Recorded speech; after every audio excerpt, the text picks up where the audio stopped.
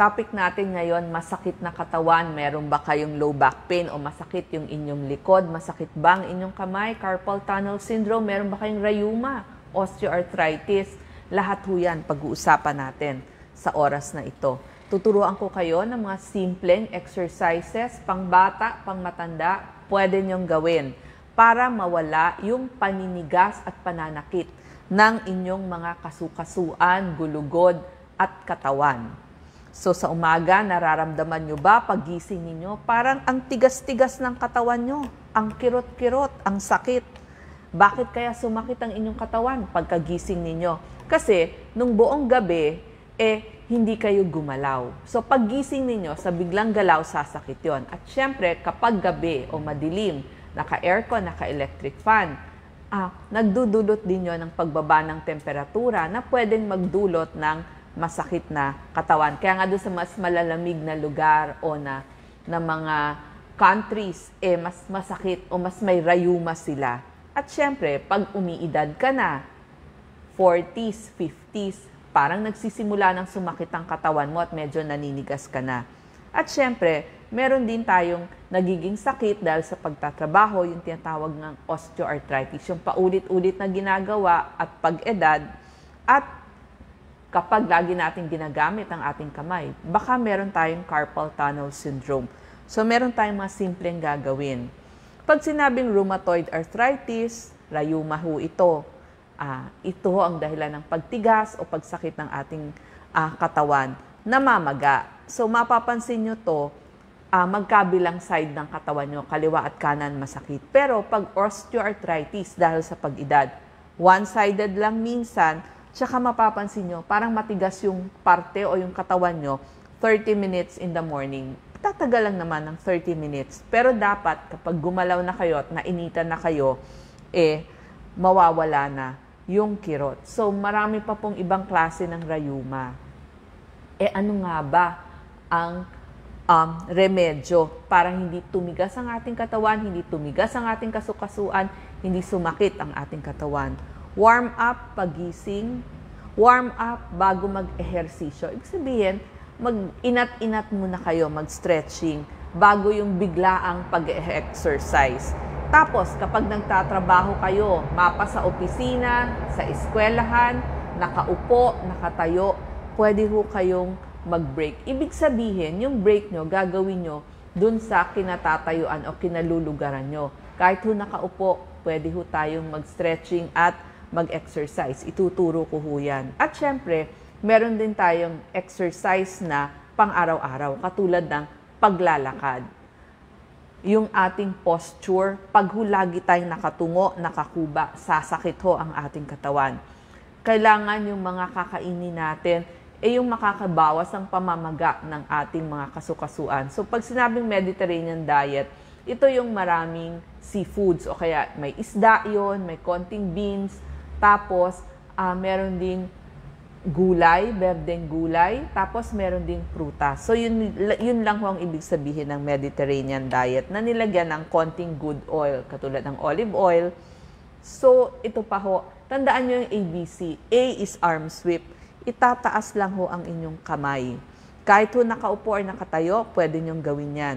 Inhale, taas ang kamay, bilang 1, 2, 3, 4, 5, exhale, baba ang kamay. So, ulit-ulit lang. So, pwede ho ito sa seniors, rowing, para medyo gumalaw ang ating balikat o shoulders. Ito, laging ginagawa. Di ba kahit nakaupo kayo, panay ang cellphone nyo, panay ang computer nyo, kaliwa, kanan, tummy twist. Yun yung ibig sabihin nito. Leg lifts, itaas lang po yung isang paa, paulit-ulit, and then yung kabilang paa naman. Knee lifts, ang itataas nyo naman, yung inyong tuhod. So, mga simple lang ho yan na pwede nyong gawin. Kahit nakaupo kayo, sabihin nyo, wala na akong balanse, hindi ako makatayo. Pwede nyo hong gawin itong mga exercises na to. Ito po yung arm sweep. Ayan, tinataas yung kamay, papunta dun sa ceiling, sa langit, inhale, tapos pag ibababa nyo, exhale. Yung next natin, letter B, back bend. Yan. Ilagay nyo yung inyong kamay sa likod, tapos medyo i-straighten. Ito para maiwasan natin ang pagkakuba. Kung nakatayo, ganito po yan. Para sa likod ninyo yan, para hindi sumakit ang inyong low back pain. Pero, pwede din naman yan kahit nakaupo. So, itong kamay nyo, ilagay nyo lang sa likod ninyo. So, pwede din. Yung letter C natin, yung chair pose. Ibig sabihin, gagamitin nyo yung silya sa pag-squat. So, tayo, squat konti, upo. Or pwedeng hindi kayo umupo. Squat konti, tayo. Kumbaga ito, pangsalo lang. Yung mga walang balance or gusto nakatayo, hahawakan nyo yung inyong silya at saka kayo i-squat. So, para safe, kailangan safe tayo habang nag-exercise, lalo na kung medyo umiidad na tayo, para maiwasan yung pagkatumba. Ito pa po, simpleng exercises habang nasa banig kayo or nasa kama kayo. Tinatawag tong cat and camel. Hindi ba ang pusa, apat ang paa? So, kamay, paa.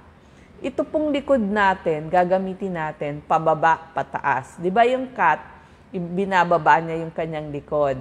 Pag camel naman, nakatambok sa likod. So, balik-balik lang yan. Cat, camel, itataas naman.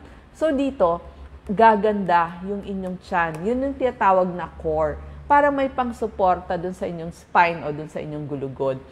At the same time, gaganda din po o lalakas yung mga muscle dun sa ating likod. So, yan ho ang palakasin natin. Tiyan at likod na muscle para hindi tayo magkaroon ng pagsakit ng likod o yung tinatawag na low back pain. Ito pa ho. Ito ho, kahit senior, itaas lang ho ang puwet, taas, baba. Pag nakahiga kayo sa inyong banig. Sabi ko nga, yung posture dapat diretso. Ayaw natin nakakuba. Ito, mahina na ang muscle sa tiyan, mahina pa ang muscle sa likod, sasakit talaga. So, dapat pinalalakas dun sa mga pinakita kong exercises. Kakainin, mas maraming isda, peanuts, gulay, yan. Yan po yung mga remedyo. Mga saging, carrots, lahat po ng gulay, maganda, tsaka prutas. Tamang dami lang po ang ating kakainin. Pwede ho ang sweet potato or kamote. Tapos, pwede ho, sa mga lutuin natin, lagyan ho natin ng luya or turmeric. Pwede ho tayo mag-oatmeal. At saka, lahat ho ng gulay. Broccoli, cauliflower, maganda ho lahat yan. Berdeng dahon ng gulay, talbos, magaganda ho yan. Okra. Yung masahe, pwede ho tayong self-massage. Pag masakit ang ulo natin, dun, kung saan ho masakit, yan, ikot-ikutin nyo lang. Kayo na ho mag-massage sa sarili nyo. Pero pwede rin ho tayong tumawag ng taga-masahe para medyo maalis yung paninigas ng ating katawan. So, meron hong mga naghihilot na marunong. So, sana makatagpo kayo ng magiging permanent or pangmatagalang naghihilot sa inyo. Ito naman ho, marami tayong nararamdamang sakit sa ating katawan. Minsan maghapon, minsan sa umaga lang. Ano yung mga example nito? Yung tinatawag nating low back pain. Masakit ang likod natin dito sa bandang baba, sa may balakang. So, pinakamarami to. Nagsisimula nga ito edad 30 hanggang 40. Sumasakit na ang kanilang balakang. Ano ba ang remedyo dito? So, ito. Dahil ba, ito kasi nag-arthritis tayo, paedad ng paedad. Tsaka dahil dun sa trabaho natin or lagi nakaupo, yung muscle natin nagkakaroon din ng tinatawag na muscle strain o kaya pain. Kaya sumasakit yung likod natin. Ang pwede ho natin gawin, sana naging maganda ang tulog natin kada gabi. Yung exercise na sinabi ko, palakasin ng tiyan, tsaka yung likod, magi-stretching, pagkagising at bago mag-exercise, ilabas ho natin yung good hormones natin o yung happy hormones. Paano? Pag-exercise, tuturo ko ano yung mga exercise na pwede sa atin. Pwede din ho ang masahe, pwede din ho ang physical therapy.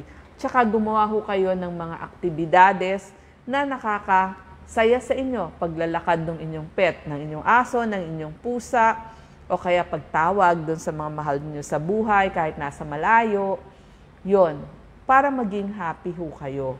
Bukod pa ho doon, sabi ko nga, ito, yung cat and camel exercise, tapos taas baba nung inyong bandang likod. para mawala yung inyong low back pain. Ikalawa, marami sumasakit ang ulo. Baka naman tension, headache yan. Marami hong dahilan. Kinulang kayo sa tulog, so sana marami ho kaming tips ni Doc Willie paano gumanda, sumarap ang inyong tulog. Huwag ho kayong magpapakagutom at huwag din ho kulang sa tubig. Kailangan uminom ho ng maraming tubig. Baka yan naman ang cause ng headache ninyo at saka gutom. Tapos mag-exercise pa din. Kapag talagang masakit yung isang lugar o yung ulo nyo, pwede nyo hong lagyan ng yelo. Pero okay na rin ho yung massage. Yan ho yung mga alternative na pwede nating gawin. Number 3, marami sa atin nagkaka-osteoarthritis. Ibig sabihin, umiidad na tayo, tapos marami tayong trabaho. Sabi nga, ito yung rayuma ng masipag. 60s, edad 60s to 70s, 33% nakakaramdam ng rayuma. So, ehersisyo pa rin ho ang gamot dito o ang remedyo. Sabi niya, masakit na nga, mag-ehersisyo pa. Kailangan ho yun para hindi tumigas lalo ang inyong kasukasuan. Kahit ho seniors na kayo, pwede naman ho kayong maglakad. So, kung kaya po, maglakad araw-araw. Yung iba nagtatayi chi. May mga ibang lugar na like sa Luneta, meron na ho nagtuturo ng libreng tai chi. So, kung maka-form kayo ng group, tapos nakakapag-aral na naman tayo sa YouTube, sa ating Facebook. So yan ho, pwede tayong manood doon at gagayahin natin. Next, masakit ang kamay sa kakatrabaho. Kakasulat noon, kakatype, kaka-computer, sa mga kababaihan naman, kakaluto. So, ano bang nararamdaman nito? Nawawala na ng pakiramdam ba ang inyong daliri? O kaya parang may kuryente? O kaya naman may tusok-tusok, tapos hindi na siya gaanong nakaka-touch o parang hindi na nararamdaman. Nabibitiwan na ang mga baso na hawak o kutsara at tinidor. So parang humihina siya. Yan ho ang mga senyales ng carpal tunnel syndrome.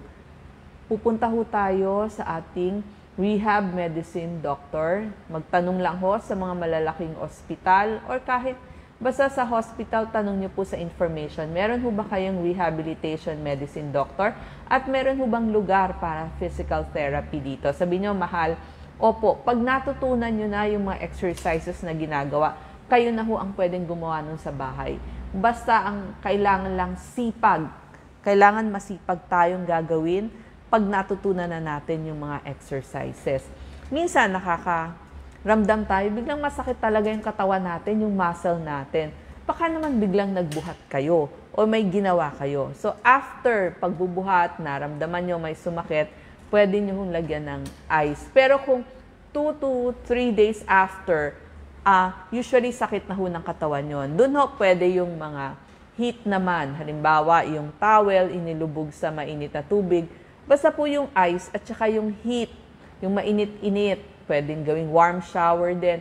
Hanggang 20 minutes lang ho. Huwag naman hong sosobra doon kasi baka mapaltos naman ang ating balat. So yun po ang magic number, 15 to 20 minutes. Heat at init o kaya yung ice. So ito ho, muscle strain, yung mga maling paggalaw, sumakit ang katawan natin. So i-rest hold sandali, lagyan ng, sabi ko nga, pag bagong sakit, ice, pero pag matagal ng sakit, yung mainit-init naman. Ituloy po ang light exercises para dumaloy pa rin yung dugo. Kaya nga sabi niya, masakit na nga, may arthritis na nga. Paano ho dadalo yung dugo kung hindi kayo gumagalaw-galaw? Tapos, yung physical therapy na itinuro sa inyo, itutuloy nyo ho sa bahay nyo kahit kayo mag-isa. Di walang bayad, kasi ginagawa nyo pa rin eh. So, yan ho yung ating mga tagubilin para gumaling ang paninigas ng inyong kasukasuan at para gumaling lahat ng sakit na nararamdaman nyo. Salamat po.